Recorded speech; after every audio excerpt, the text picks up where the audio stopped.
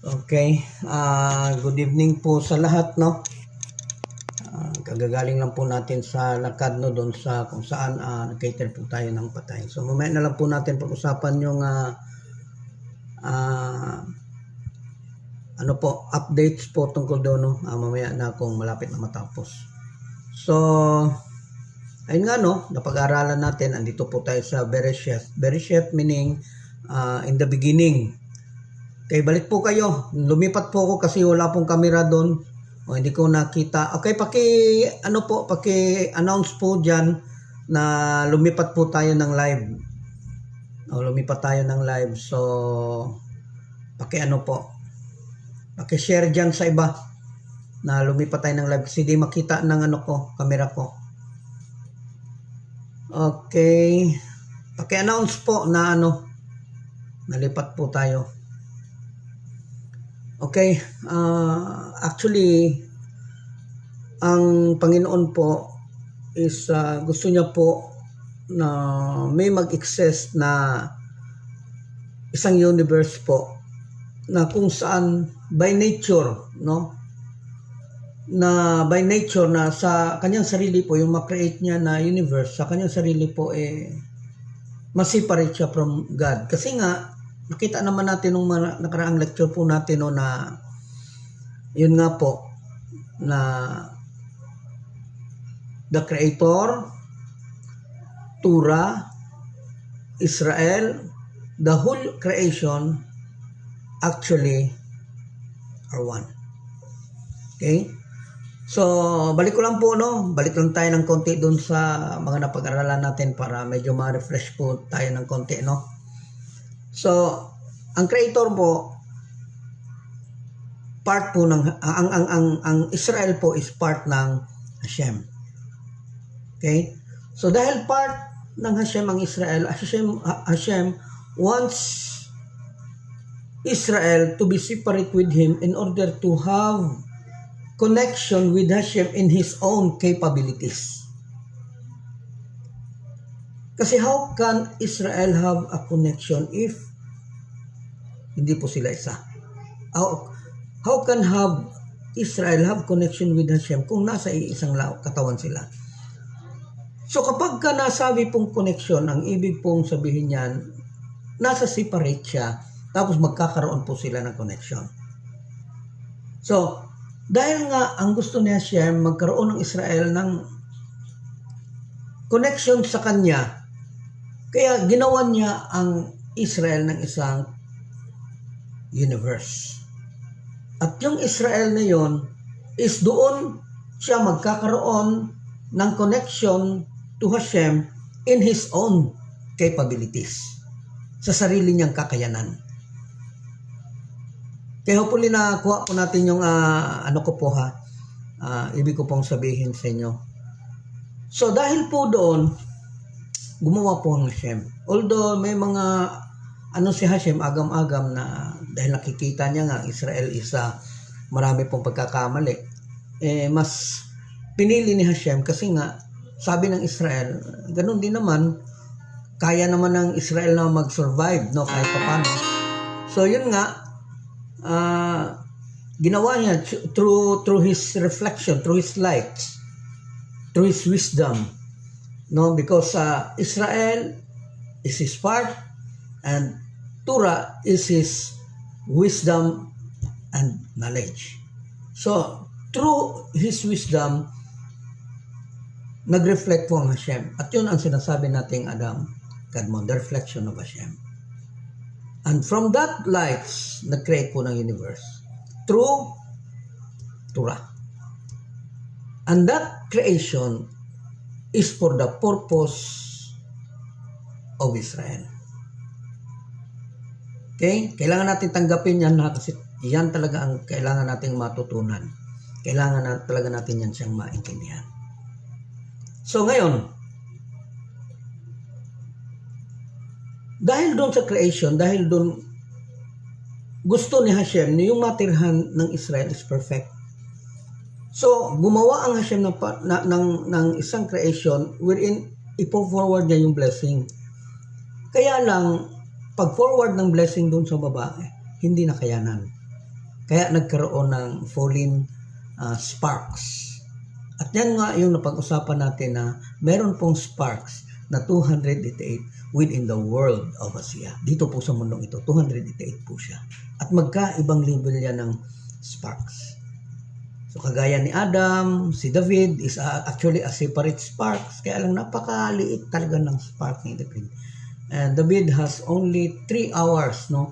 He was given, his soul was given, yung soul niya, dahil nga bumagsak, dahil hindi nakayanan, kailangan bumalik para maibigay ng maayos yung blessing dito sa earth. Kaya lang, hindi nakayanan. Dahil nga hindi nakayanan, merong 288 na bumagsak na kailangan bumalik para maibalik ulit. So, makakabalik lang sparks na yon para ano? Makakabalik lang doon kapag ka na-refine. Kaya nagkaroon ng body, kaya kailangan ng body para pasukan ng mga sparks na yon. At ang yung body na yon is actually tayo. Through us, may kakayahan po tayong i-refine yung soul na spark na Hashem na nasa loob natin. By what? By obeying the laws of Hashem. By doing good deeds, by doing tzedakah, at sa pamamagitan ng pagsunod kung ano ang mga kautusan ni Hashem. Kaya lang, habang lalong tumatagal, bumabagsak ang tao dun sa kawalan. Dahil nga, napupuno po tayo ng desire. So, nahihirapan po tayo bumalik doon. Kasi yun lang talaga ang pag-asa para maibalik ang blessings dito sa earth. Kundi yung pagbalik natin doon sa original state. Para maibalik ulit dito sa mundo na tamang blessing na ang maibigay. At ang tamang blessing na yun, that is ulam haba. Hopefully na kuha po ninyo yung yung ibig po nating sabihin, no. So dahil nga doon, no, ang desire lang ni Hashem is magkaroon ng existence sa isang universe, no, kung saan by nature of His creation is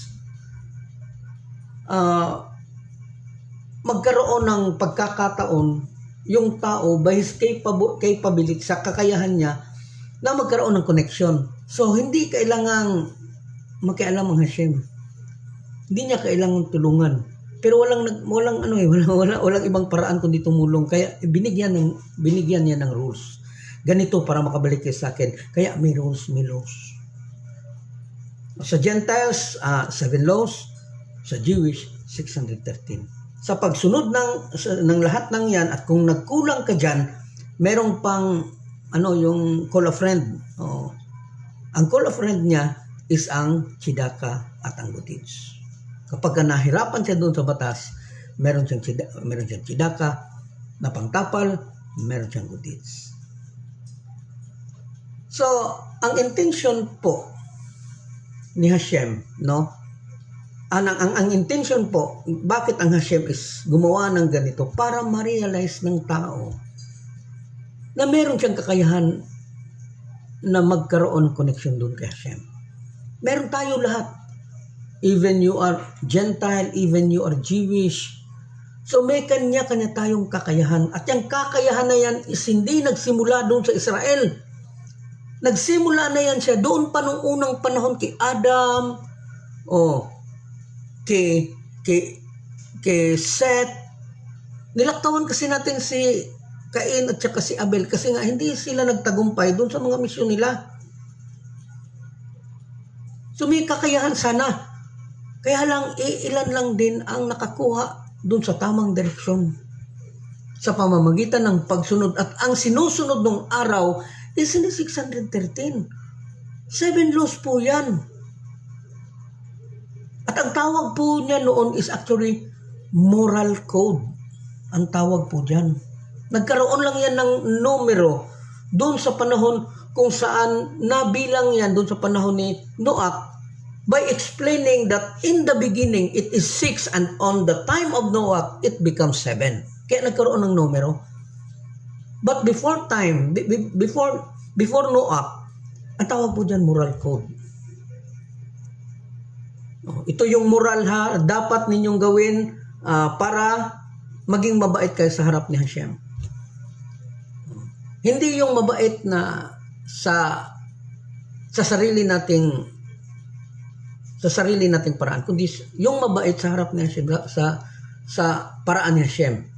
Kasi magkaiba yung ano natin yung mabait sa atin, hindi naninigarilyo, hindi nag-iinom, hindi nagbabarkada, yung ang mabait sa atin. Pero ang Hashem iba yung paraan niya sa pagpili ng mabait.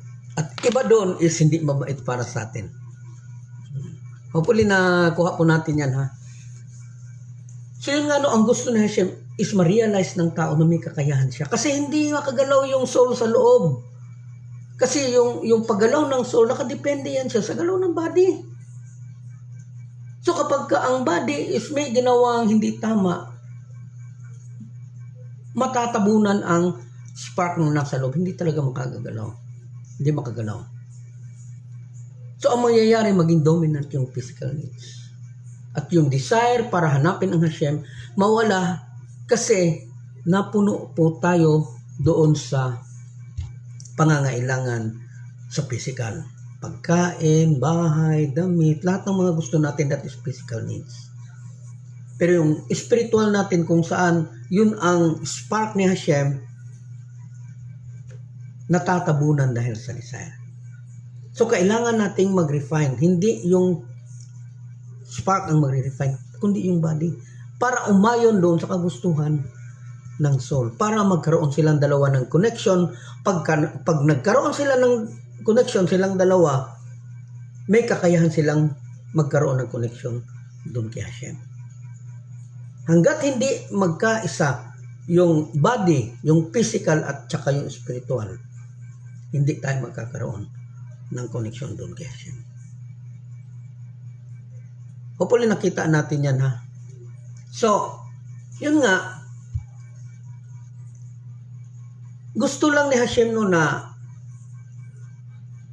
ang mundo, itong creation na ginawa ni Hashem is umabot doon sa ultimate fulfillment. No, yung kagustuhan ni Hashem ba na yung ginawa niya as in perfect talaga hanggang doon sa dulo. Ang kaso hindi perfect nagsimula. Nagkaroon ng chaos, empty. Walang laman, tapos wala lahat, magulo.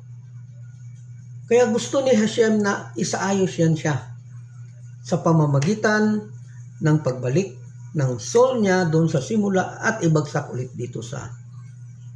So may kakayahan. Mortals have may kakayahan siya to reach the height to have connection with Hashem. Ibig sabihin, meron po tayong kakayahan na umabot doon sa point kung saan pwede mag-fusion, humalo ulit kay Hashem. Kasi galing tayo doon lahat Even though sabi ko nga, we are a mere creation by Hashem, but since we are from the reflection of Hashem, dahil sabi ko nga noong mga nakaraan nating lesson, walang anino kung wala ka.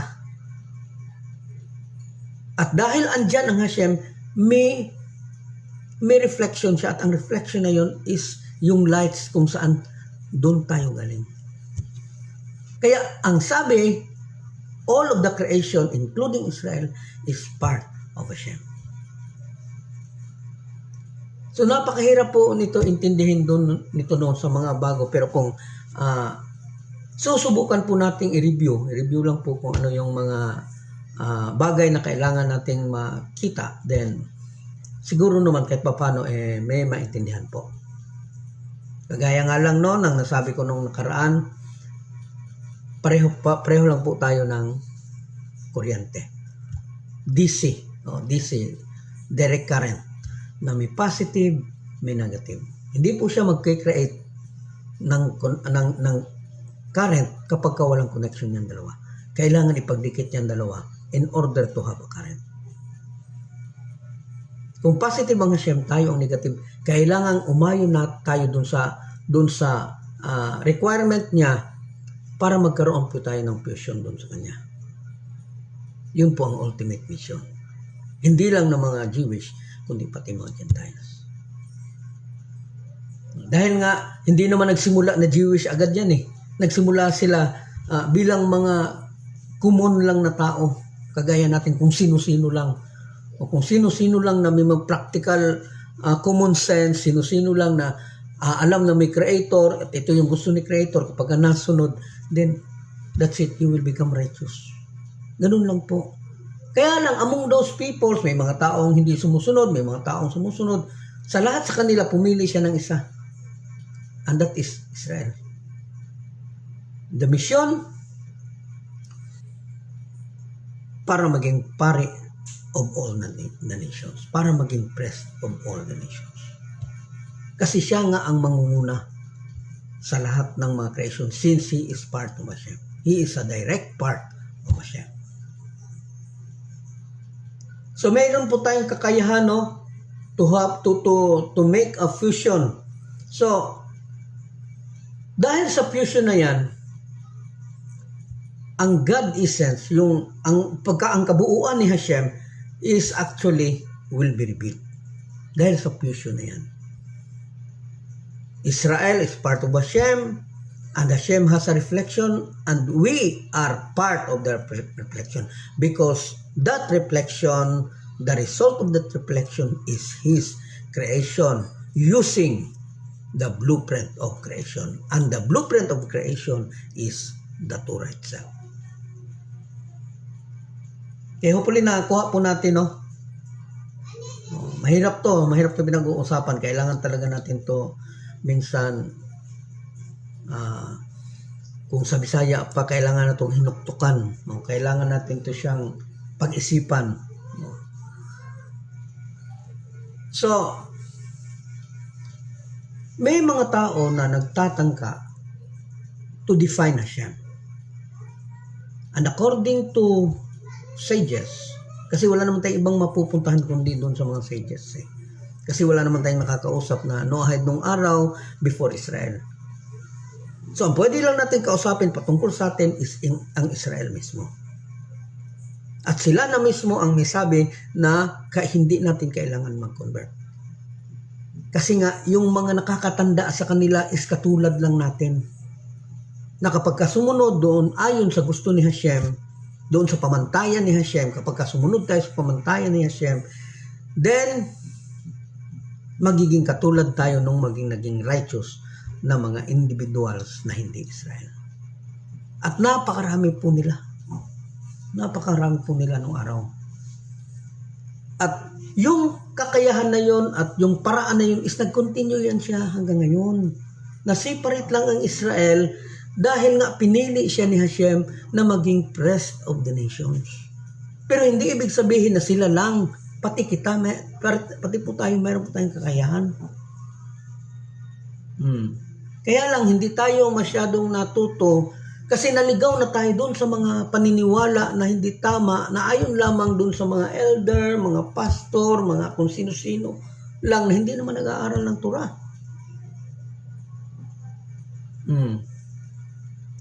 So according to sages, no worldly quality can define Hashem. Hindi po natin siya pwedeng i-define na ganito ang Hashem, ganyan ang Hashem. So kung may nakita man tayo dun sa Biblia na the hands of Hashem, o the back of Hashem, the mouth of Hashem, that is only in the form of allegory.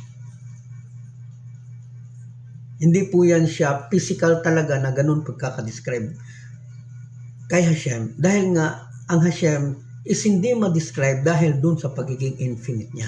You cannot define or describe Him kung hindi mo siya nakita ng kabuuan. Kung hindi mo siya makita ng buo, hindi mo siya ma-define. So, paano natin siya makita na buo? We are limited. Limited lang po tayo. Masyado po tayong limited. At yun nga hindi pa natin makita as clear yung mga bagay na gustong makita natin, gustong maipakita ni Hashem dun sa atin, hindi natin makita dahil nga nagiging cloudy yung paningin natin, yung ano natin, yung kaisipan natin nagiging cloudy dahil nga sa ginagawa natin doon sa sarili natin. Na masyado tayong nalulung doon sa physicality. Gusto natin ng kung ano-ano. Di natin inisip na meron pang mas malaga yan. Kahit man lang equal. So, hindi natin pwedeng ma-define ang Hashem. So, hindi natin makita talaga kung ano siya. What we understand that He is a creator. However, meron po tayong dalawang nakikita po dito na yung sinasabi nilang contradictory qualities.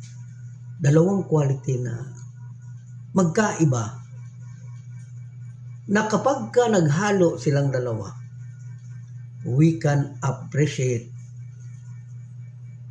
this, we can appreciate, and it is possible because He manifested Himself to us in our own capabilities. Pwede po siyang magpakita or pwede po siya natin maintindihan sa sarili nating paraan at sa sarili nating kakayahan. So yung makikita natin is tamang-tama lang din doon sa kailangan natin. Hindi natin makita talaga siya sa kabuuan kasi walang tao na nakakita na buo siya. So how can we explain Him? Joshua Cortez, paano naging priest ang mga paano naging priest sa nation ng Israel? Si King David, warrior naman. Si Samson din, warrior. Same as Joshua, son of conqueror of Canaan. Ang alam ko lang, priest ay ang mga Levites. Yes, totoo yan. So kung yan lang ang alam mo na priest, for our information po, lahat po ng tao, yung mga elder before Israel, meron na pong priest. In fact, one of those are actually Shem. Shem is already a priest, wala pang Israel. So sino si Shem? Siya po ang pinakamatandang anak ni Noah. Ang pagkakaalam natin is ano siya? So lahat po ng pinakaunang anak na lalaki is considered a priest in his family. Kaya lang nalipat po yan sa panahon na kung saan nakasamba ang Israel ng nakasamba siya ng idol. Sa panahon nakasamba siya ng idol, yun nga, dahil nga ang nanguna doon sa pagsamba sa kanya is yung mga nakakatandang kapatid, yung mga ano ba tawag dyan, yung pinaka first son, o yun ang nanguna doon, nilipat ngayon doon sa Levites ang pagiging pari. Pero before pa sa naging pari ang Levites, marami na po naging, lahat po ng nakasamba doon sa, nanguna doon sa pagsamba ng golden cup is actually is pare. Is nakakatanda. And they are considered themselves as priest of the family. At marami yan. Doon sa unang panahon pa ganun po ang paraan. Kung sino yung pinakamatandang anak na lalaki, siya yung pare doon sa pamilya. So marami pong pare. Kaya lang nawala yung opportunity na maging pare doon sa mga anak na nakakatanda dahil nga nagkasala sila during the time doon sa So, ngayon nga, dahil nga nakita at naituro ni Hashem na instead of making every eldest son of the family a priest, instead na gawing pare yung mga nakakatandang anak na lalaki ng bawat pamilya, inilipat niya doon sa Israel, sa Levites. So, doon sa Levites na yon is, yun ang pare ng buong Israel. Pero hindi pa po naituro kung sino ang pare of all the nations. Kaya pinili niya ang Israel as a nation para maging pare of all the nations. Okay? So, nangyari na ba yan? Ang pagpili, nangyari na. Pero hindi pa po nangyari na naging pare sila. Dahil magiging pare po yan sila lahat during the time of the Messiah. Okay? Joshua Cortez, si Shem lang ang naging press, bro Yong. Si Ham at Japet hindi nasali sa pagiging press. Yes po. Kasi ang si Shem po is actually siya po yung nakakatandang anak. At hindi po para po sa kaalaman po natin, hindi po ibig sabihin na nakakatanda ka, automatic po yan, may requirement pa din yan. Kung nakakatanda ka pero hindi ka naman naayon doon sa Torah or kulang yung righteousness mo, hindi ka rin magiging pare. So ang pagbabasihan po ng pagiging pare is maliban doon sa nakakatanda ka is may kakayahan ka talagang mamuno doon sa pamilya. And that is Shem. Si Shem kasi hindi siya nakakatanda. Pero sinabi doon na siya ang pare kasi nga sa Torah, kung sino yung may malaking paniniwala kay Hashem, siya yung pinakamatanda. Hopefully naintindihan natin, no? Kagaya ni sa Israel mismo. Bakit every time na pangalanan yung Israel is nanguna talaga ang Judah? Bakit ang Judah ang una talaga is samantalang kung titingnan natin doon sa line of succession as a line of nila is pang-apat ata si Judah. Si Simon, si Juan, so pang-apat si Judah. So pero bakit siya ang nanguna? Siya ang nagli-lead sa Israel during paglakad doon sa wilderness. Dahil nga siya ang may pinakamalaking paniniwala kay Hashem.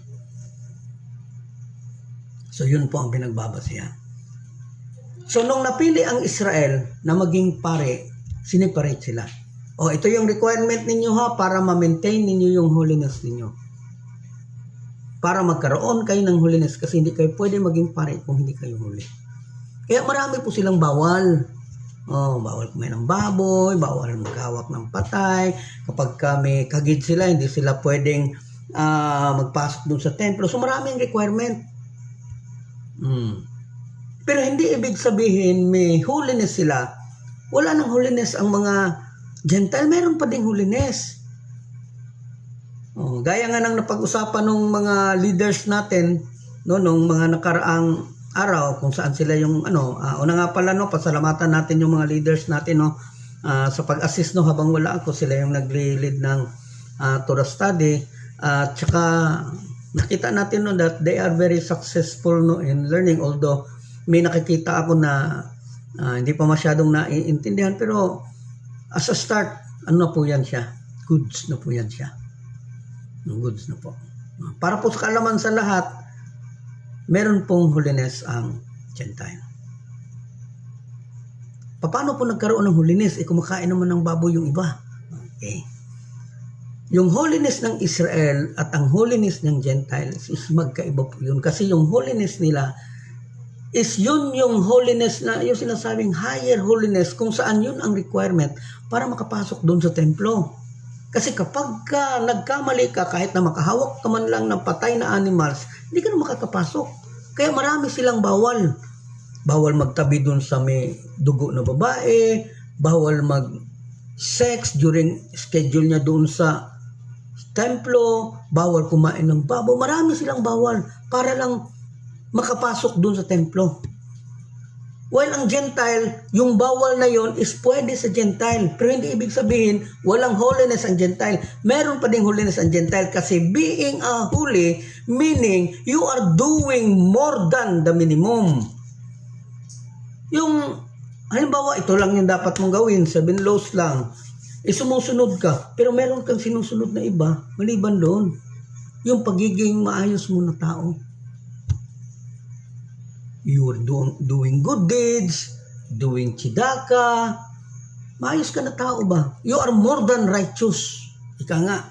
Kasi righteousness, kapag nasunod mo yung utos na 7 laws, you are considered as righteous kahit na hindi mo yan ma-fulfill lahat. As long as marami yung nasunod mo kaysa na hindi mo nasunod. Halimbawa sa 7, naka-6 ka lang, then you are considered righteous. Pero maraming na-declare sa Torah na naging righteous, hindi sa paraan ng 7 laws. Basya, Aner, Iskul, Mamray.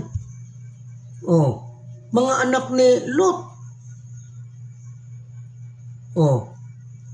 So, maraming na-declare dyan. Kiram. Oh.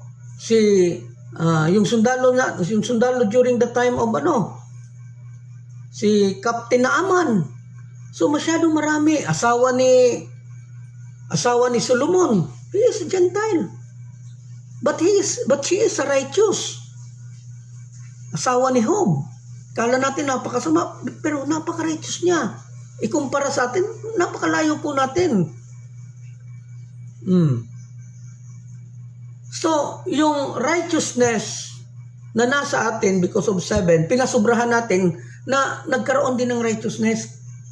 So, yun po ang dahilan bakit nagkakaroon ng holiness. Kaya nga sabi ng mga Hudyo, pag nakita tayo, sabi nila, oh, you are holy.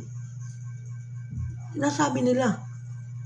Dahil nga nakikita nila na nagtutulungan tayo. O nakikita man nila yan. Nakikita nila na we are proud na maging Noahide. Nakikita nila na we are doing tzedakah, we are doing good deeds. Kaya kapag nakita ka nila, wow, you are righteous, you are holy. Ganun po yung explanation nila. Yung pagiging holy na sabi nila, you are holy, hindi yun dahil hindi ka kumakain ng baboy. Nakikita nila because of your extra effort.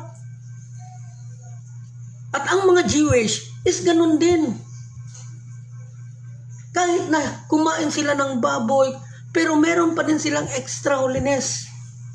Kaya lang, hindi yung sapat para makapasok doon sa templo. Kaya dinagdagan ng marami para maging sapat sila na pumasok at maging pari doon sa loob ng templo.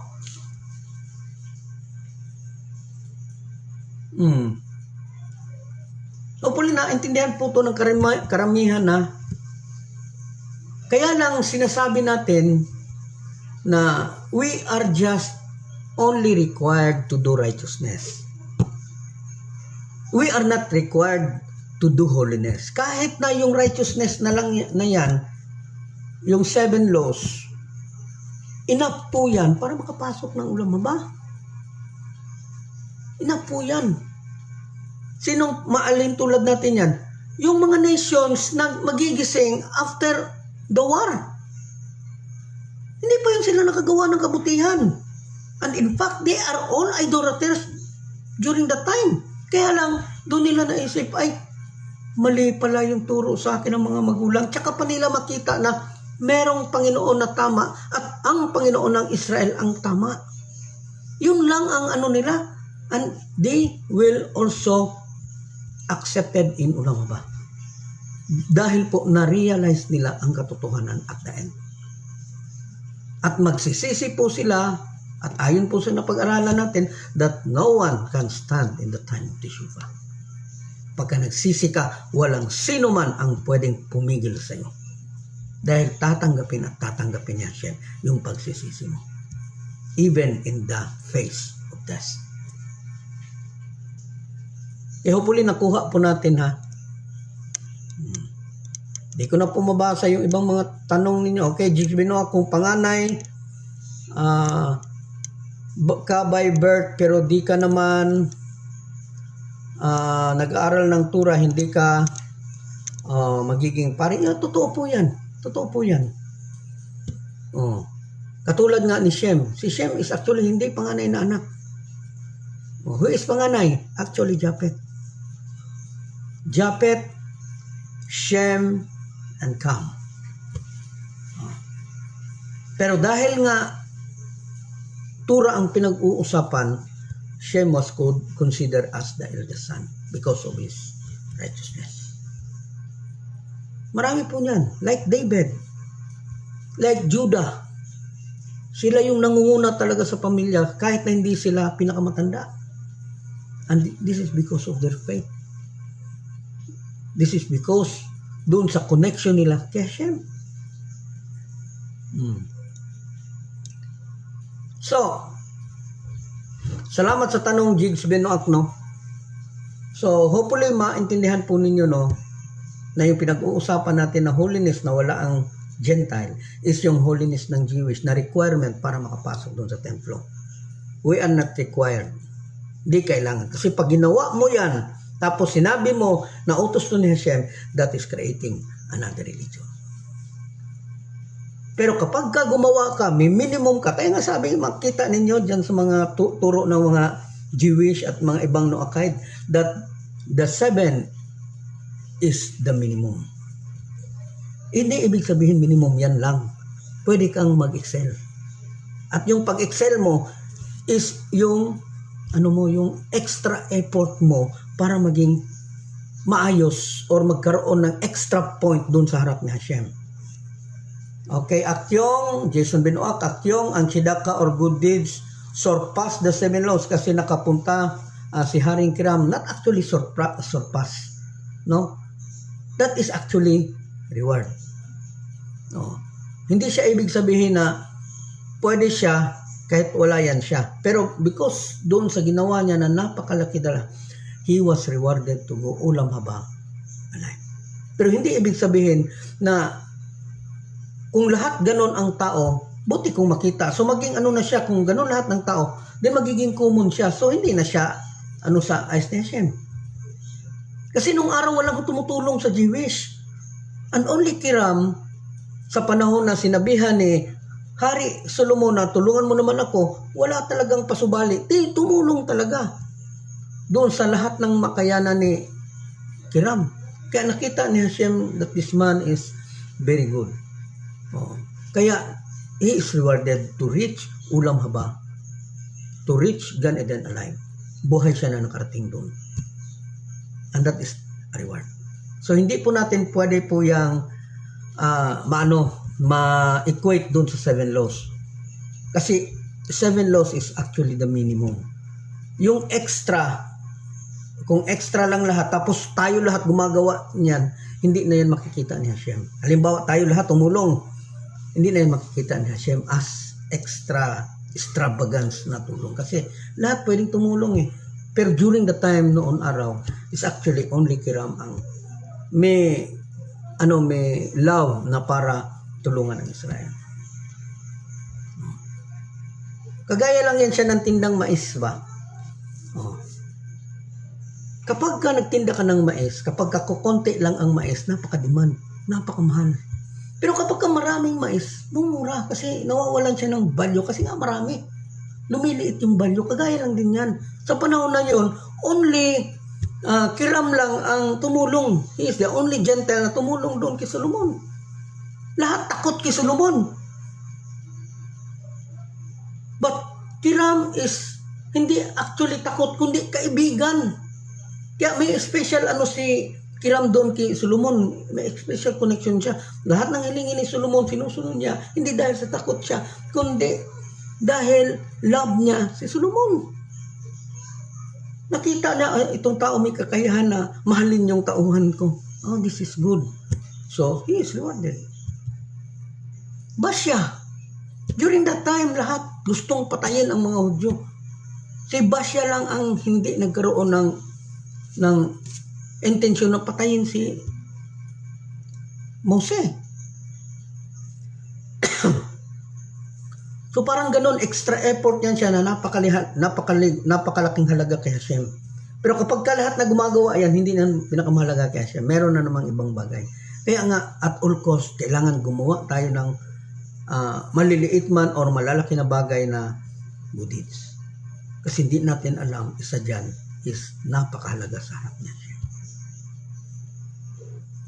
Jigs Benoit, if you are building Bet Midrash alone, then your idolater neighborhood tumulong sa pag-build. Ano ang mangyayari sa kanila? Wala. Walang mangyayari po sa kanila. O dahil common po yan. Sa ngayon po, common na yan. Yun lang sa panahon ni Hari Solomon kasi lahat gustong ma-annihilate ang Israel. And only Kiram is hindi gustong ma-annihilate si Solomon. Pero ngayon, wala na yan. Kung maglagay ka dyan ng Bet Midrash, wala namang tao na gustong i-annihilate ka. Siguro gustong makipagkaibigan.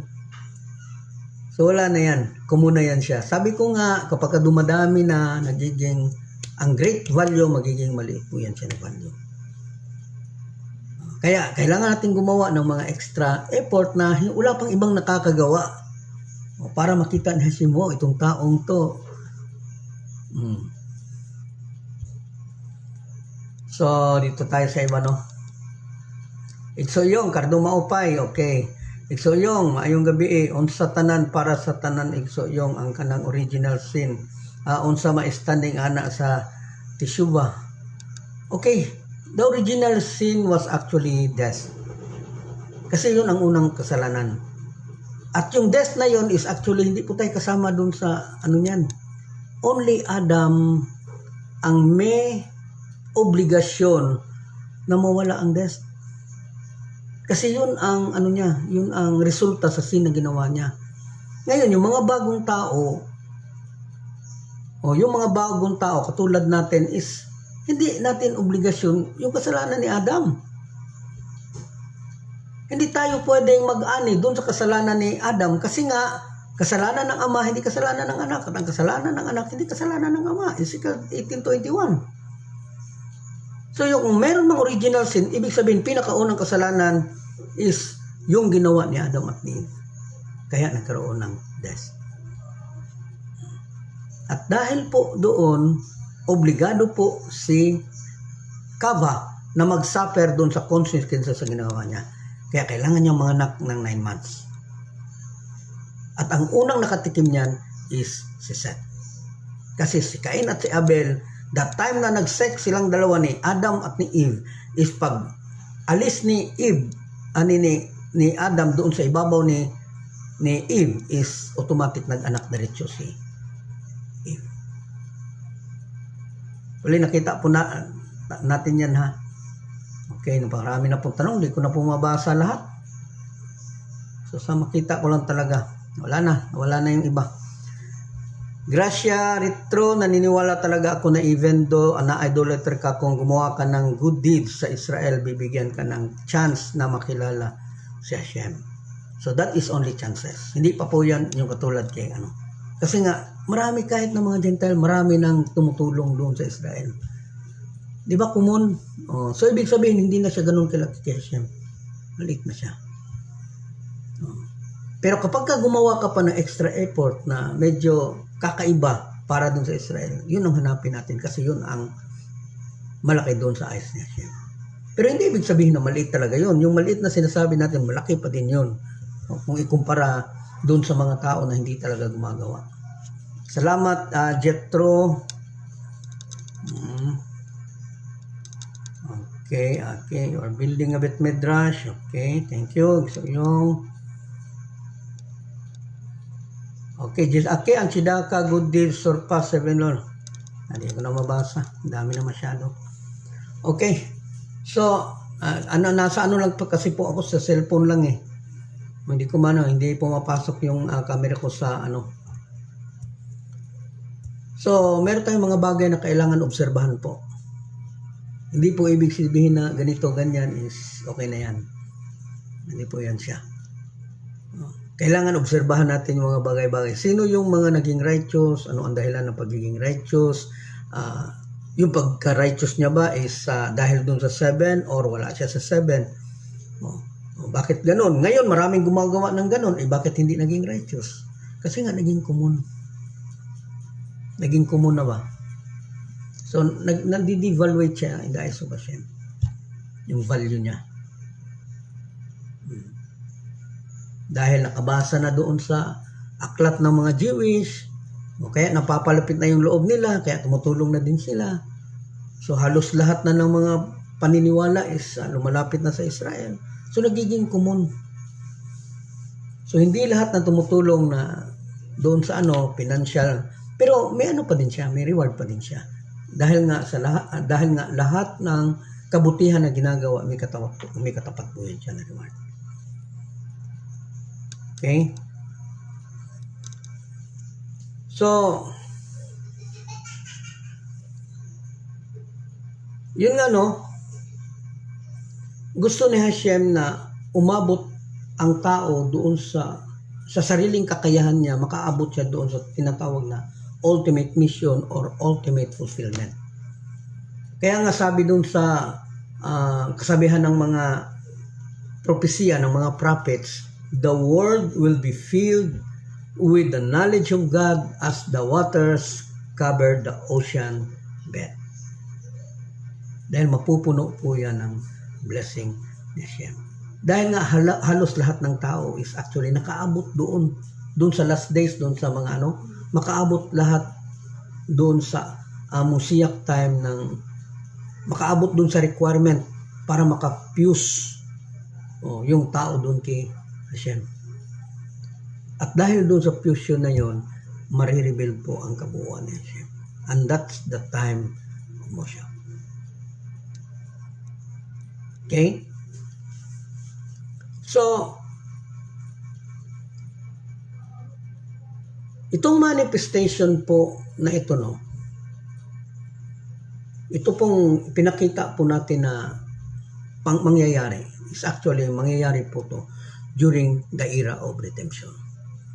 And the era of redemption will be revealed here in the physical world. Wherein itong physical world na ito po yung lugar kung saan pwedeng manirahan ang Hashem kasama ng kanyang mga creation. Doon na po ang katotohanan doon sa sinasabi sa Psalm. Na ang Hashem is nasa ibabaw at ang earth is magiging apakan niya. Doon po siya sa panahon na yan. Okay? So medyo itong pinag-uusapan natin, although inaano po natin yung mga tanong, kailangan din kasi sayang din kasi yung mga tanong doon ng ibang tao is actually tanong din niya ng iba. So sagutin na din natin. Huwag lang masyadong malayo doon sa topic, baka yung mga tanong ninyo is masyadong So para masiguro po na ito pong lower yan, ito pong kinalalagyan po natin magkaroon ng kapasidad para ma-transform doon sa tirahan ni Hashem. Para maging tirahan ni Hashem. So, kailangan po natin na mabalik doon sa original state. And this original state is actually, nagadepende po yan sa pagsunod natin doon sa Torah. Okay, di ba sabi ko kanina, hindi po natin pwedeng igwaglit ang 7. Dahil pwede palang gumawa ng maraming kabutihan is you are considered righteousness, you are considered righteous. Ano lang po yan. Depende po yan kay Hashem na yung ginawa mo is malaki sa mata niya o hindi. Although, hindi ka sumunod sa 7, gumawa ka na mabuti, din may katapat ka ni reward. At yung katapat na reward is ibibigay yan dito sa earth. Ibibigay yan sa iyo habang buhay ka. Kaya, kita mo, idolater siya, pero marami siyang tinutulungan. So, lalo siyang yumayaman kasi binibigay ni Hashem yung katapat nung ginawa niya. Dahil yung reward niya is hindi pwede dun sa ulam haba. Hindi kagaya nung ginawa ni Basya, ni Aner, ni Eshkol, ni Mamra, hindi kagaya ng ginawa ni... Kakaiba ba? Kakaiba. Out of all the people gustong patayin ng Israel, you are different. O dahil nakipagkaibigan ka talaga sa kaaway mo, yung ginawa ni Aner, ni Eshkol, ni Mamra. Kaya ang Torah mismo ang nagsabi that you are a righteous person. Tayo naman, nakita ng mga Jewish na we help each other, nagtutulungan tayo kapag kami nangangailangan. Although, hindi lahat is masagot natin, pero at least nagkakaroon po tayo ng tulong doon sa ibang tao. Gaya po ng pinuntahan ko, maybe this the time note na kasi marami nang nakikinig. Okay, may namatay po tayo ng kapatiran doon sa Gingoog. Actually, matagal-tagal na din yan sila, katulad ng mga iba dito, matagal-tagal na. Kaya lang hindi sila masyadong prone dahil nga doon sa kanila walang mga signal. Yung mga anak lang nila ang nagkakaroon ng connection sa akin. Alam naman natin yung mga anak hindi masyadong active. Pero andun pa din sila nakikinig, may mga video ako sa kanila, naiwan. At sa 7 taon ata, isang beses ko lang sila nabisita. Nung mga 2 buwan na nakalipas, nakabisita ako sa kanila ng isang araw. 2 araw, isang gabi. So, nung bumisita ko sa kanila, andun pa din sila. Okay lang po sila hanggang sa napabalita sa akin nung nakaraang Sabado na namatay. No? Ang problema, dahil nga hindi sila active dito sa online, hindi sila member ng mortuary. So, ayun, pumunta ako doon sa kanila. Tapos, nabigyan sila kasi may nagbibigay ng tulong. Sabi ko nga, open yung tulong. Nakaabot po ang tulong ng 3,003. Ang amount po ng kasi hindi naman marami yung nagbigay. Ilan lang din. Tapos, medyo maayos. Tapos, hindi naman pwede natin ibigay sa kanya lahat. Dahil dalawa sila nagkasabay. So, kailangan hatiin. So, may nakuha po sila na yung isa na hospital sa Taganawan, nabigyan po natin ng 3,500. Tsaka yung doon sa nabigyan po din natin ng 3,500. So, hanggang ngayon, yung Taga-Naawan, na hanggang ngayon po, nasa pa din, nasa Initaw Hospital. Nag-chat kasi kami nung asawa niya. Kasi siya naman talaga yung sumasama doon sa mga taga-Initaw na they are 65 years old sila mga asawa. Then yun nga, nung mamatay, pumunta ako doon. So, ayun nga, nakita natin na medyo hindi maayos yung nila kasi siya ama, tapos yung dalawang anak lang niya ang okay, yung iba hindi na. Tapos ang inaasahan lang nila na maayos yung living is yung nasa Saudi. Ang problema po nung nasa Saudi is hindi nakalusot doon sa immigration ng Saudi. Dahil nga nung lumabas na siya, may lagnat. May impluensya. So na-hold siya doon sa Saudi pa lang. So hindi nakauwi. Tapos time na ng libing. So nakapagpadala ng kwarta. Pagpadala mo ng kahit papano. 25,000 ata yun. Tapos ang kailangan 50,000. So yun nga, nabigyan. Alam naman natin nga apat na araw kasi na lamay. So gabi-gabi niya napakalaking gastos niyan. Pagkain ng mga andun sa namatayan, mga bisita pa. Alam naman natin bukid. Kapag bukid na area, minsan yung mga tao doon, hindi lahat, pero karamihan doon is doon na magagahan, doon na mananghalian, doon na magapunan, uwi lang sa kanila para maligo, balik ulit. So ganun po yung sitwasyon. Kaya hindi masyadong nakaipon yung pamilya ng tulong. Tapos wala pa siyang sinasalihan ng mga mortuary, ng mga association, wala. So problema talaga. Inasahan nila yung Saudi, hindi tumuloy, nagpadala 25,000. So anong nangyari? So nangyari po ganito. On the outset po na mamayang hapon na po siya ililibing, hindi siya pwedeng ilibing kasi nga hindi siya release ng piniran. So, hindi naman ako pwedeng manood na lang. So, yun, humiram ako kay Donna Bel Ortez ng 5,000. Kasi kulang nila 8,000. Hindi na ako 5,000 lang talaga. So, sila na naghanap, nanghiram kung saan-saan hanggang sa nakumpleto yung 8,000. Ayun, nakalabas. So, sabihin ko nga sa inyo, wala sa akin ang mortuary. Binalik ko doon kay Dunabel Ortez. Nung Rosasiana pa, tagal na. Kinuha ko lang lahat ng record. Na-record ko. Tapos, binigay ko nung Rosasiana kay Dunabel Ortez. Wala sa akin ang mortuary. So, yun, kahiram tayo ng 5,000 para lang malibing. Kasi wala talagang chance na malibing. Wala silang mapagkukunan. Nakuha sila 3,000, nakahiram tayo ng 5,000 doon sa, hindi ko pa alam kung saan ko kukunin yun kasi ako nakiusap talaga kay Donna. Hiramin muna natin yan, yung 5,000 para lang mailibing to. Lahat-lahat nabigay ko doon, kasama yung 5,000 is 8,500. 8,500. 3,500 plus 5, 8,500. Kaya lang, di naman mabubuo yan doon kasi nga maraming kailangan. Kung sana, sumama doon sa at least may 20 siya. Konti lang yung problema. Wala. So, yun nga na ilibing. Kaya lang, nakita natin na pag namatayan ka, kailangan talaga ng kailangan ka talaga ng pera. Hindi mo masabi na nasa bukid, nag-antay Kailangan, sabi ko nga sa kanila, libing na ng ano yan, kasi hindi makakapagpahinga yung patay kapag ka naandyan. Hindi pa mapigilan ng mga kasamahan natin na huwag ipakita sa iba kasi nagwa-wild na yung ibang tao doon. Gusto na itulak yung kabaong, kaya nga sabi ko na too much emotion. Kasi gusto talaga halos mamatay kung di makita yung pinabuksan. Bahala kayo dyan.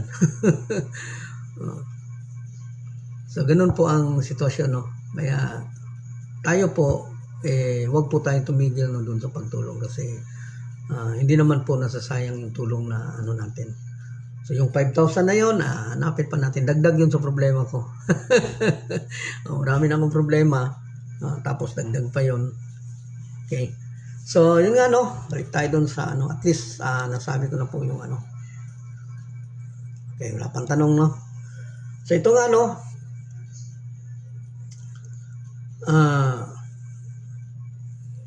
so, itong nangyari po, kung titingnan po nating mabuti, ito po yung pangyayari kung saan nag-create po ng universe ang Hashem.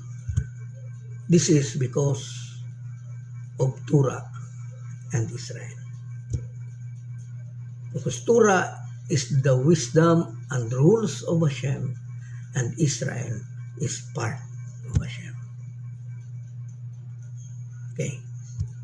So, sabi ng sages, ayon dun sa mga sages, that both the Israel and the Torah predates the world. Nauna pa po siya kaysa doon sa creation. Wala pa ang creation, andyan ang Israel, andyan ang Torah. Saan ang Israel? Part mismo ni Hashem. Saan ang Torah? He is the plan. Gaya na magawa ng building, di naman dapat mauna yung building. Kasi kapag nauna yung building, marami pong change program dyan. Change order. Kaya binabakbak, inulit-ulit kasi walang plano. So nung ginawa ang universe, may plano po siya, and that is the Torah. The blueprint of creation is ang Torah. So, ibig sabihin, nauna ang Torah, wala pang creation, nauna ang Israel, wala pang creation. Okay, Eduardo Danyo, si Basya pala Akyong naging righteous muna dahil sa pag-save kay Baby Mose before naging convert to Judaism. Yes. Kailan ba siya naging righteous? Kailan ba siya naging Nung hindi pa siya Egyptian, she is Egyptian at that time. And she become righteous dahil doon sa pagtulong kay Moses, hindi dahil nag-convert siya. Kaya nga, yun ang yung naging arguments ko sa mga rabbis ba. O nakipag-discuss talaga ako sa kanila niyan. Now, why you always, kapag kami nakita na tao na nakagawa ng kabutihan, nakagawa ng you always say that they are converted. Gaya ni Job. Our mentor questioned me. Tinanong ako, bakit nasama dyan sa list? Kasi nga, di ba sinabi ko sa inyo na gumawa ako ng list of righteous from time of Adam up to now. Kinestyon ako, ba't kasama si Job? Samantalang si Job is nag-righteous. Ibig ba sabihin, hindi pwede maging righteous si Job kung hindi siya nag-convert? Samantalang hindi pa siya nakapag-asawa kay Dina, dati na siyang righteous. Kaya nga nasubukan siya nung nagtanong si Hashem doon kay Satan. Sabi niya, Satan, ano nangyari doon sa baba? Kamusta ang baba? Ganito, yung righteous person mo, sinasamba ka lang kasi righteous na siya. Hindi pa siya na-convert kasi after doon sa trials niya, matay yung asawa niya, mga anak niya, gumaling siya doon sa sakit niya, although nawala yung niya, naging blessful pa siya 10 times, 100 times, 100-fold. Naging asawa niya as a reward si Dina, yung ika-13 na anak niya ko. And because Dina, then he is converted. So naging righteous muna siya. Ang problema lang dito, inaangkin ng mga Jewish. Ba't mo sinama yan dyan? Ina-convert yan. So ibig sabihin, hindi siya pwedeng maging righteous dahil nag-convert siya. Doon na siya talaga naging righteous nung nag-convert siya. Nakipag-discuss talaga ako. Hindi sila umimik.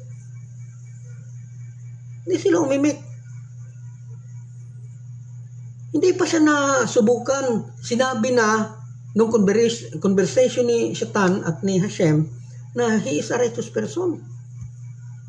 Subukan natin kung magiging righteous pa ba siya o kung kunin mo yung blessing mo sa kanya. Kaya siya sinubukan kasi righteous siya. Hindi pa siya converted. Walang rabay na umimik. Totoo naman, bakit kailangan ipagkaila talaga yung pagiging righteous nila? Hindi talaga pwede na maging righteous kung hindi converted. Hindi na sila umimik. May listahan kasi ako kung sino mga righteous. Hindi na din sila nagtanong doon sa iba. O baka tanong din nila na si Basya, because Basya converted. That's why she become righteous. Hindi din kasi nauna yung paggawa ng kabutihan kaysa dun sa pag-convert.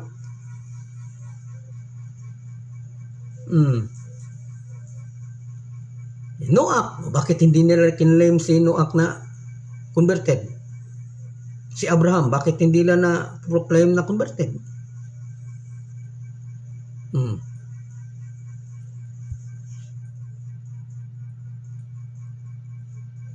No, whatever his name, kung ano mang pangalan niya, the fact, the truth is nauna yung pagtulong niya, kaya siya naging righteous.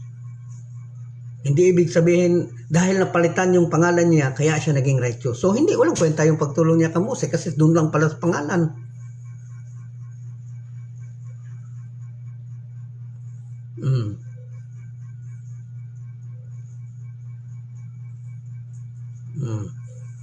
So samantalang hindi na kung pinangalanan man siyang Basya, na may meaning na daughter of God, naging convert siya kaya siya naging righteous. Mali po 'yun.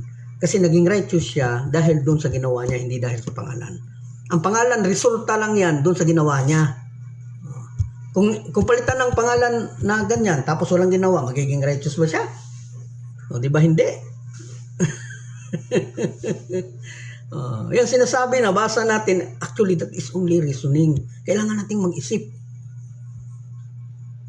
Dahil ba pinangalanan siyang Basya, na-convert siya, kaya naging righteous siya? Ganun lang ba yun? Kapag pinalitan yung pangalan mo, righteous ka na? O dahil doon sa pagtulong niya kay Mose? Hindi pwede po lahat ng writing, ganun lang. Kailangan po natin pag-isipan yan. Kasi marami namang tao na nagpalit ng pangalan or pinalitan ng pangalan dahil nag-convert pero hindi naman righteous. Di ba? Marami kaya. Doon punta ka sa Israel, ang dami kayang convert, kumakain ng baboy.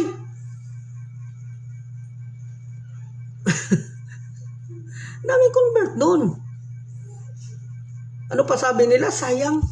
Kung alam ko lang na pwede palang nuuhid. Nagnuuhid na lang sana ako. Hindi pwede. Because conversion is kapag na-convert ka, no going back. Hindi ka na makakabalik. So kapag ka nag-convert ka, tapos hindi ka sumusunod dun sa utos ng mga Hudyo, then you are a wicked Jewish. Okay. Nakasama si Basya lumabas doon sa Egypt. Sino ang una na convert? Si Basya or si Jethro? Kahit sa... actually, si Jethro is... Doon pa yan sa time ni ni Moshe. Sa time niyan pa yan ni Moshe. Kasi Jethro actually, although he is also a good person, kasi nga depensa siya ng depensa sa Israel, pero tingnan natin na sa panahon ni Jethro is also the time of Mose. Malaki na sila. Si Basya, maliit pa si Basya, andun na yung righteousness na ginagawa ni Basya. So naging righteous si Basya una kay kang Jethro. Kasi naging righteous lang si Jethro nung iniwan niya ang idolaters niya. Hindi pa siya na-convert noon. Di ba nung naikwento ng religious collection na si Mose ganito. Ganun ba? Iniwan niya automatic. Nagpaalam siya doon sa mga kasamahan niya na ayoko na dyan. O kasi hindi na yan paniniwala ko. At that time, Jethro become a righteous person. Kasi mas pinili niya ang tama kaysa gawin ang mali.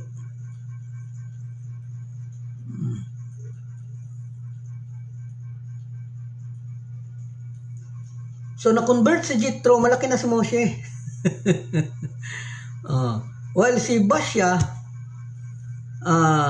dahil nga doon sa pagpapalaki niya doon kay Moshe, at dahil doon sa hindi niya kinontra yung pagtuturo nila ni Miriam, ibig sabihin nagpapatuo-tuo po yan na si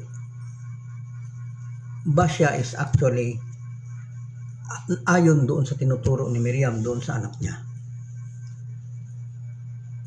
Si Jochebed, kasi si Jochebed, si Miriam magkapatid kasi at si Moshe. Jochebed yung father nila. So kahit saan sa kanila is actually na-convert. Pero ginawa na nila yung tama. Hindi ko mo na-convert sila is saka sila gumawa ng tama. So gumawa muna sila ng tama bago sila na-convert. At sa paggawa nila ng tama, considered yan as idolaters kaya sila. Jethro, also idolaters. Pare ng idolaters. Basya, also a daughter of Pharaoh.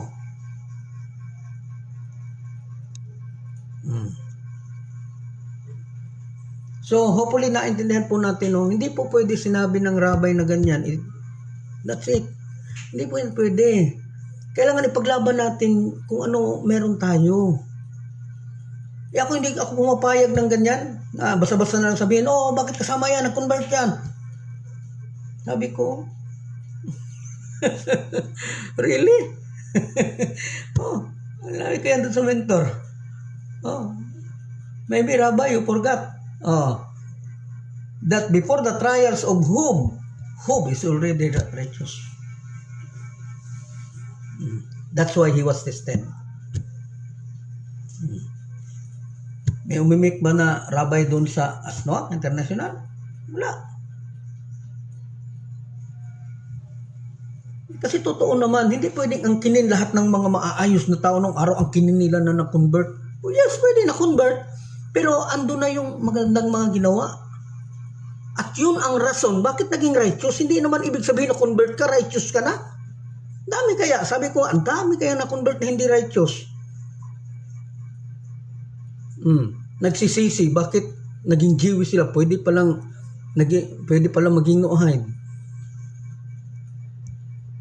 Naging lang kasi, naging Jewish lang kasi nakapag-asawa ng Hudyo para maging Israel citizen. Pero ayun, patago-tago, andun sa Tel Aviv, kumakain ng baboy.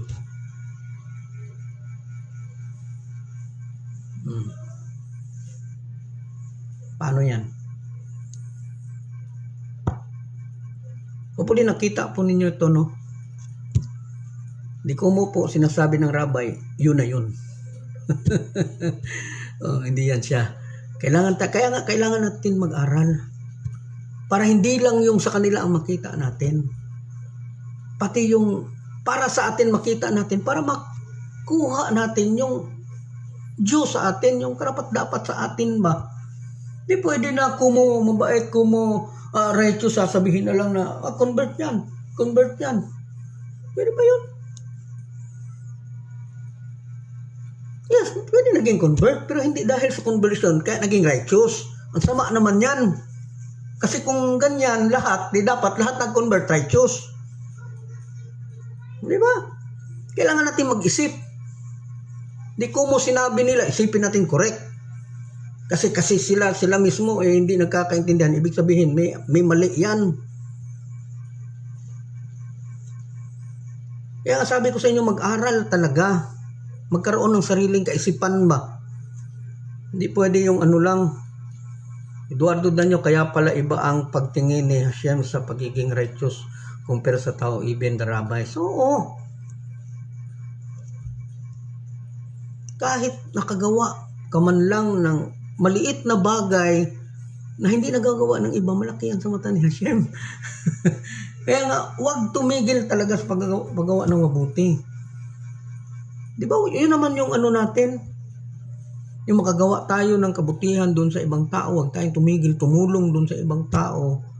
Kasi yun naman talaga ang kailangan natin, magkaroon ng maraming good deeds, magkaroon ng maraming tsindaka, sumunod sa 7. Regardless kung makapunta tayo dun sa ulam haba or hindi, bahala ng Hashem dyan. Bahala ng Hashem. Huwag nating gawing kondisyon yung ulam haba. Tutulong ako kasi ganito, liliit yung ano. Because of that intention, liliit yung value ng tsindaka at good deeds mo. Okay, ganun pala. Kaya mo pala ginawa to. Okay, imbis 10 ang points, naging 2 na lang. So isipin natin, gumawa tayo ng mabuti. Bahala na nga siya. Di bali kung ano. Di bali mapuyat tayo, walang tulog. Di bali na magkandakuba na tayo sa kakabiyahe. Wala ng tulog sa kakasagot dun sa mga tanong. Di bali na lang. O para saan yan? Yan naman yung tanong sa akin eh. For what, Emmanuel? Why hindi ka mag-convert? Yung ginagawa mo, para saan yan? Bakit hindi talaga pwedeng tumulong kung hindi ka kailangan mag-convert? Kagaya lang ng politika ba? Para ka makatulong, kailangan mo muna maging kagawad. Kailangan mo muna maging kapitan para ka makatulong. Samantalang pwede ka naman talaga mag-extend ng tulong kahit hindi ka kagawad. Tingnan mo sinong Nonoy, ni Storio Campos. Ba't kaya niyan? Tulong dito, tulong doon, pero hindi yan. Hindi yan kagawad. Sabi ng mga tao, takbo ka Noy, takbo. Huwag kang patintal yan, manghingi lang yan pera doon sa dulo. Kung di ka yan, hindi mo yan bigyan ng pera, di yan bubuto. Kasi ganun talaga sa Sambuanga. Maliban na lang talaga doon sa may ano. Pero halos doon ganun. Kaya discourage ko talaga siya naman. So pwede pala tumulong no kahit hindi convert. So paano na lang yun? Okay, Joshua Cortez, mababasa ba sa Tanak na nag-convert si Hub at Basya? Ngayon ko lang nalaman yan. Or sinabi yan ng rabbi as part of their oral tradition. Salamat bro. Actually, hindi po natin makita ito kasi nga nakatutok sila as a Gentile at saka as a Jewish. Nung nakilala yung dalawang yan at yung mga ibang Gentile naman, hindi na pinag-usapan ko na convert. Pero may mga nag-testify po na na-convert sila. O yun po. Kaya nga ako pumalag eh. Kasi hindi pa sila na ano ng mga Jewish is ando na yung mga ginagawa nila. Hindi ko mo ganun yung ginagawa eh. Ang kinin na lang na naging righteous sila kasi nag-convert sila. Mali naman yun. Hindi naman pwede yun. Paano naman tayo? Itong ginagawa natin, so hindi tayo magiging righteous nito unless we converted. Mali po yun. Hindi po yan pwede. Okay, bakit ba ganun sila yung inaangkin nila? Actually, yung pag-angkin nila, para turo yan doon sa mga Jewish. Inasabi nila, Hub was converted. Pero hindi ibig sabihin na sa pagiging Gentile nila is hindi sila naging righteous. Kaya lang yung pagbabasa natin may problema. Kasi we read as if as is. Yun po ang problema. Yung nabasa natin, yun lang ang samantalang may story yan siya behind the readings. So kailangan talaga natin marami tayong alam dun sa istorya nila para magkaroon tayo ng reasoning. Nung nag-reason ako, may sumagot ba sa kanila? Wala, kasi totoo naman talaga. Yes, converted. Pero after na nun sa trials, and as we know that Satan and Hashem declared Hub as righteous, kaya nga sinubukan para makita talaga gaano ka totoo, gaano ka righteous. So ibig sabihin, righteous na si Hub bago siya nag-convert. Yung pagiging convert niya is part yun doon sa reward niya sa pagiging righteous niya. Kasi nakapag-asawa siya, nasubukan siya, nakapasa siya doon sa trials. So isa doon sa naging reward sa kanya is yung ma-convert siya. Pero hindi ibig sabihin na convert siya kaya naging righteous. Mali po yun. Katulad ni Kabasya, sabi doon sa rabbi, he was converted, he was named Bisya because he was the daughter of God. And she was converted and that's why she became righteous. Mali po yan. Consider natin yung kawawa tayo dyan. Kaya kailangan natin marami tayong alam sa Torah. para makita natin hindi lang tayo basta sunsunuran ba. Kaya nga sabi, mag-aral, hindi magbasa lang. Kasi yung mga ganyan na reasoning, ibig sabihin nagbabasa talaga yan. Pero hanggang basa lang yan, hindi yan nag-iisip. Kasi magbasa ka, basa. Kailangan mo pag-aralan kung ano yung binabasa mo. Yun talaga ang nag-aaral ng Torah. Hindi lang simple na nagbabasa lang ng Torah. O ano tingin mo? Gano'n ba katotoo itong sinasabi niya? O ganito kasi, ganyan. Yun ang nag-aaral. Pero nagbabasa, okay. Yun ang nagbabasa. Kaya sabi, learn Torah. Hindi naman read Torah. So, talo ng nag-learn ang nag-read lang. Kasi nag-read ka lang, yes, maintindihan mo kung ano ibig sabihin doon sa letra, pero hindi mo siya maintindihan doon sa kabuuan. That's why we need to learn. Kailangan natin i-investigate. Hopefully nakita ninyo yan ha. Kailan na niyo yan. Okay?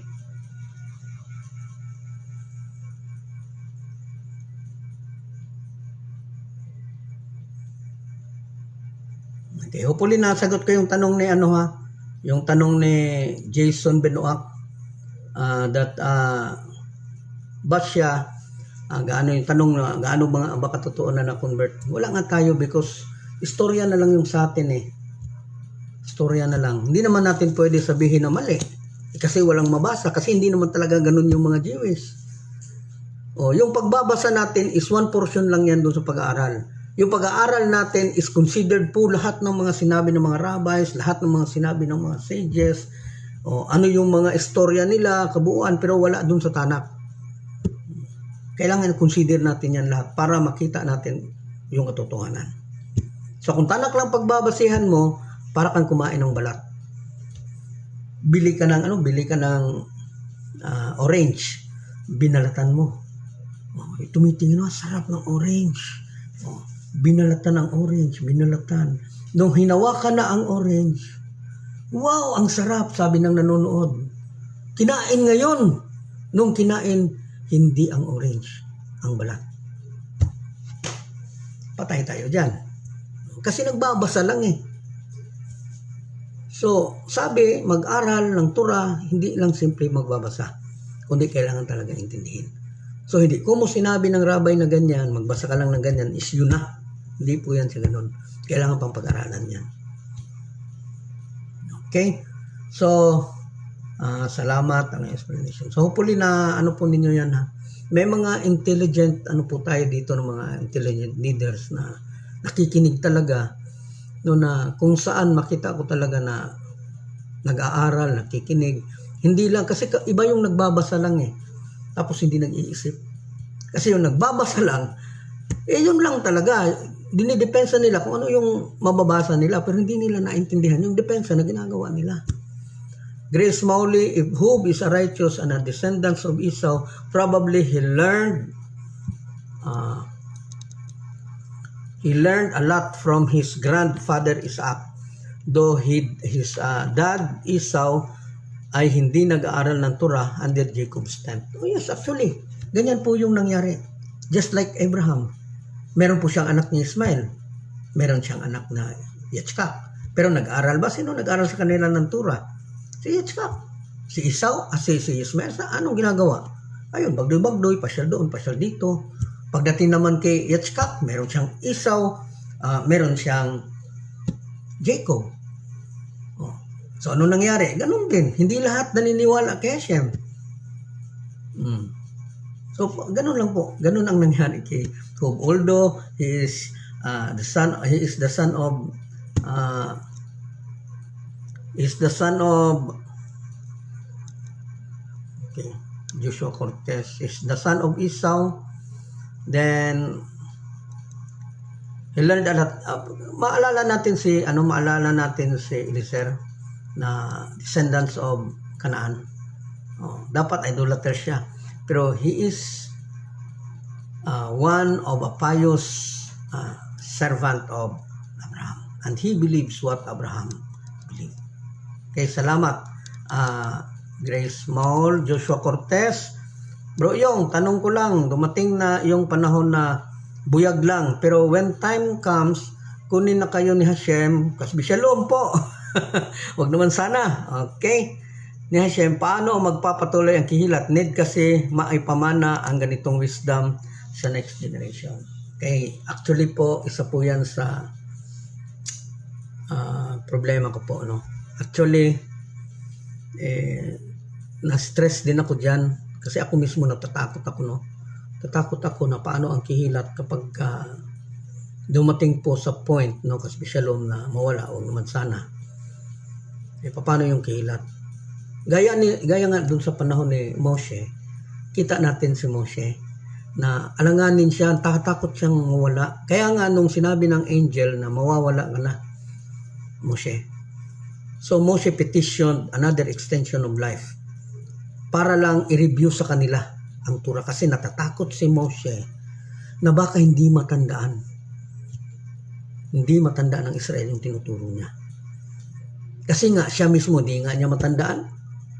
Naalala natin during the time of Pinkas, hindi niya alam kung paano isosolve yung plague na dumating sa kanila. Only Pinkas solved the problem.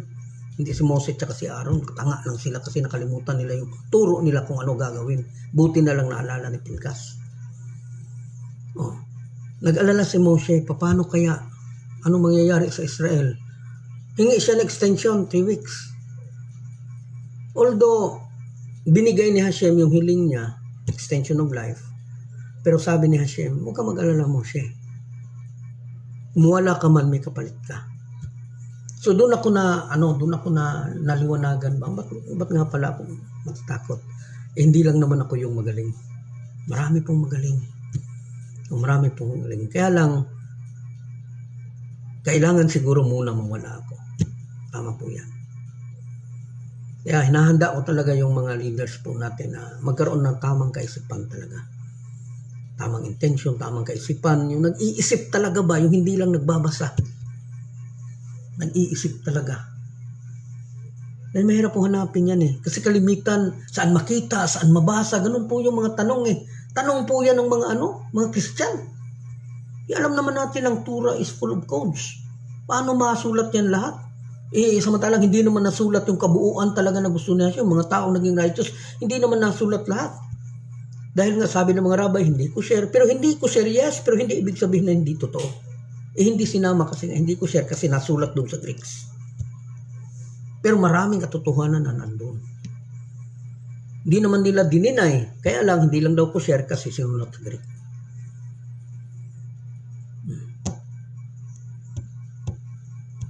So, kailangan natin magkaroon tayo ng sariling pag-iisip ba? Hindi lang sunod kung ano nakalagay dun sa topic ng Jewish yan. Turo. Hindi nila alam turo yun ang mga Jewish.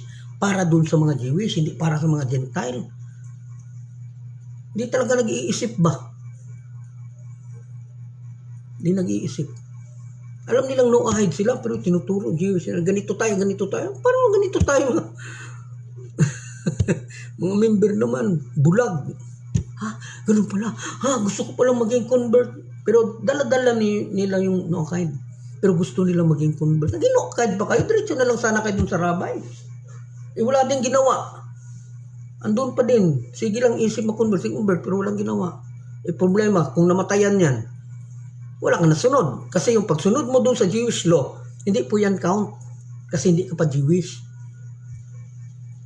So gaya lang ng example ko yan noon, para kang sit-in sa grade 1. Pag daan ng isang taon, hindi ka magiging grade 2 kasi nga sit-in ka lang. Sana maintindihan yan. Huwag masyadong maging bobo. Sakit sabihin, pero yan po ang totoo. Kailangan po gamutin talaga yung sugat. Kailangan kulit-kulitin talaga yung mga dugo. Yung pagkulit-kulit ng dugo, hindi po yan masakit po yan. So yung pagpapaintindi ng mga tao, minsan kailangan mo talagang bigyan ng ultimatum talaga na salita. Pati si Hashem nga, nagsasabi ng bobo kayo, gago kayo.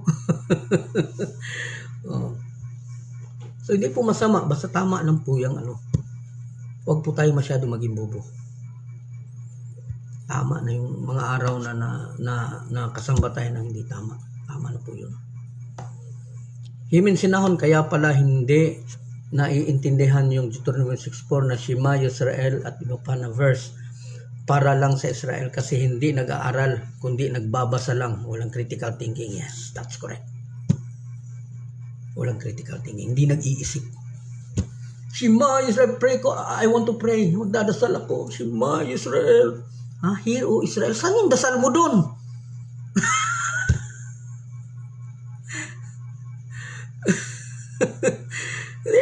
Di mo naintindihan yan. Okay, magdadasal na ako ha. Tapos yung Shema Yisrael, Adonai Elohino, Adonai Ikad. Hindi naintindihan. Magdadasal na ako. Pamati Israel, makinig Israel. Saan yung dasal mo doon?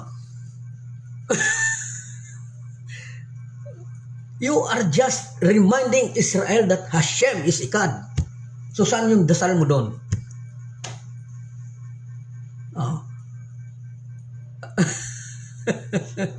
Yan, napakalaking problema talaga ng mga Nookide na hindi nag-iisip. Nagbabasa pero hindi nag-iisip.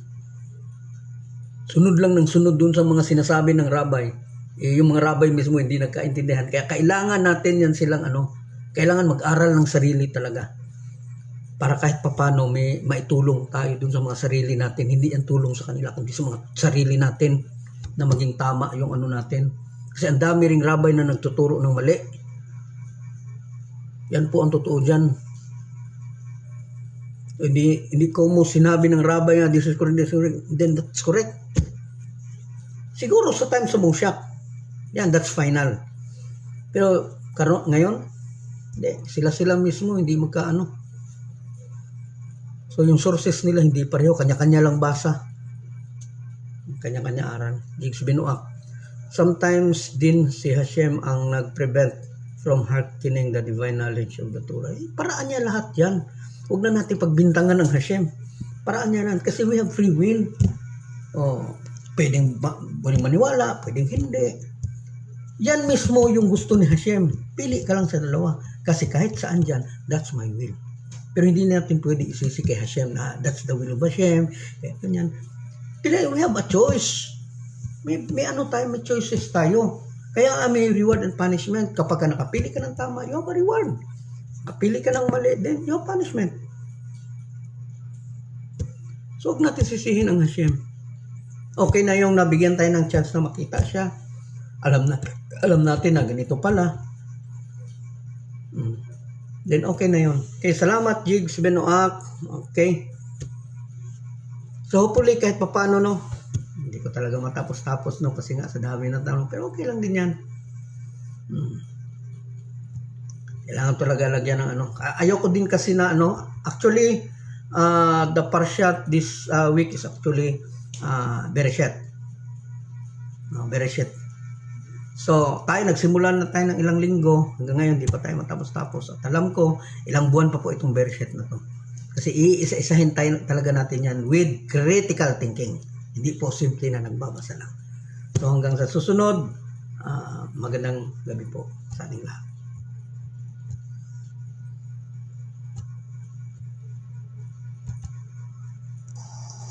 We give thanks to you, Lord, our God, that you place our portion with those who sit in the study halls, and that you did not place our portion with those who sit in the street corners.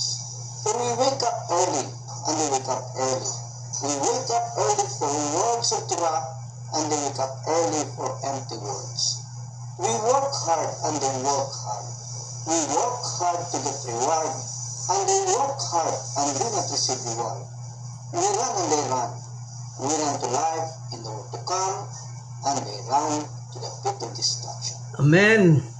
You who dwells in the shelter of the Most High, who abides in the shadow of the Omnipotent.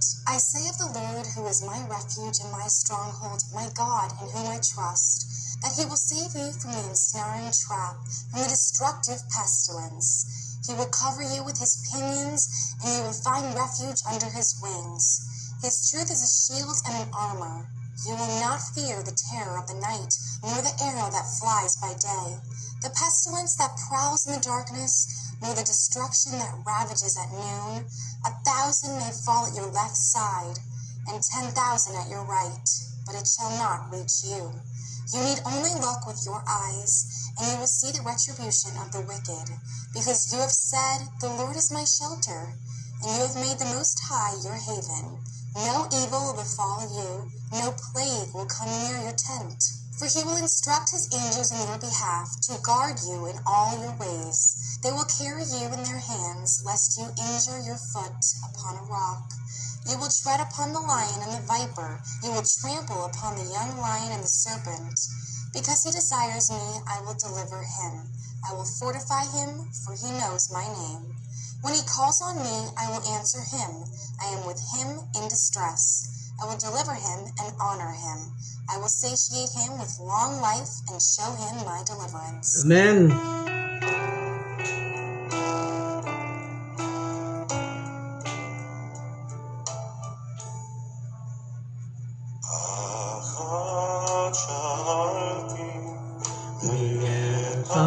Adonai, Otabaker,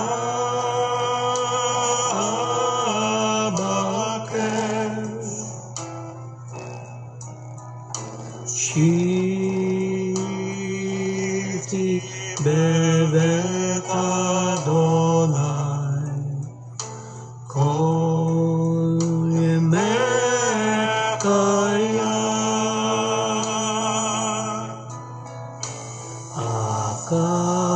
Akashati Niet Adonai, Otabaker,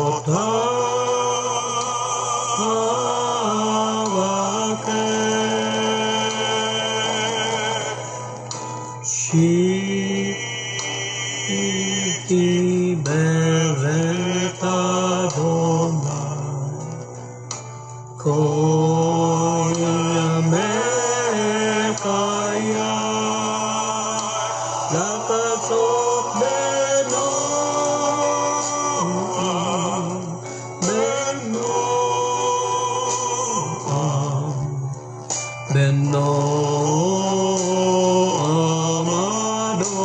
Amadonai, Lakasot Beno, Beno Ol Bebaker Bekalo.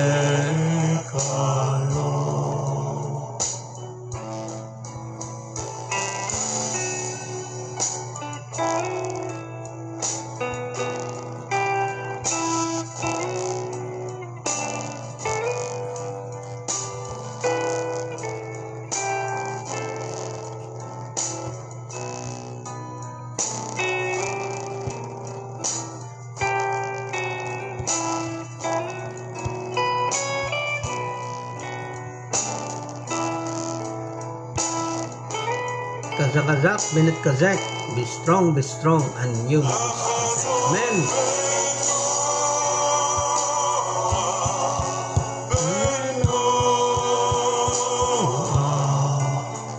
Beno Adonai, Lakasot Beno,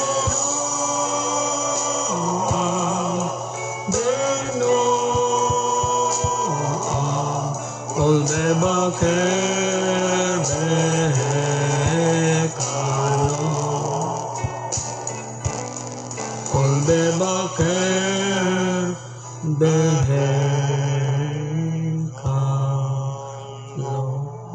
Gandang gabi po sa lahat. Happy 7th day.